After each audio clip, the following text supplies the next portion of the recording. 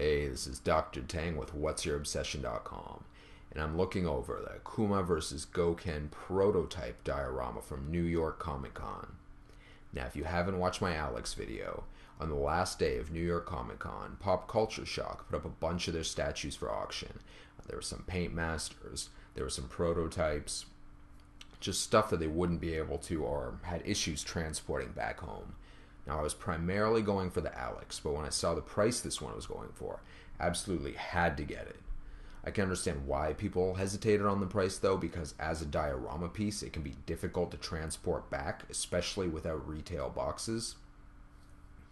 Now, before I bid on it, Jerry mentioned that there were a few breakage issues, which you might see in the video, probably more likely to see in my photos.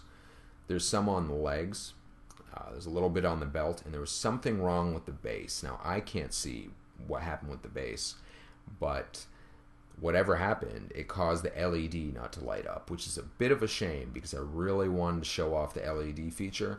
With the way the energy blast is, I bet it would have lit up super cool, but I won't be able to show that. Now, this is not a proper review.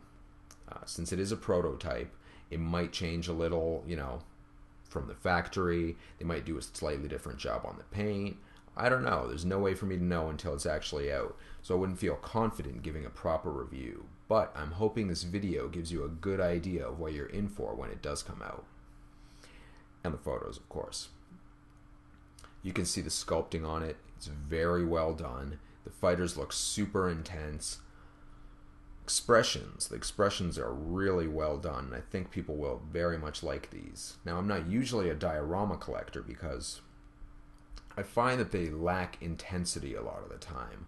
Like, they're supposed to be versus battles, but there's so many dioramas that just look so neutral, and that is not the case with this one. The energy in it is really obvious. It doesn't matter what angle you look at it from, it doesn't matter what distance, you can tell these guys are locked in just a super serious battle.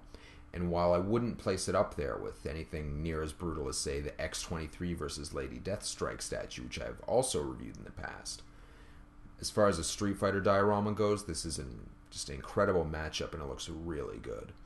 So I hope you guys enjoy the video and the photos.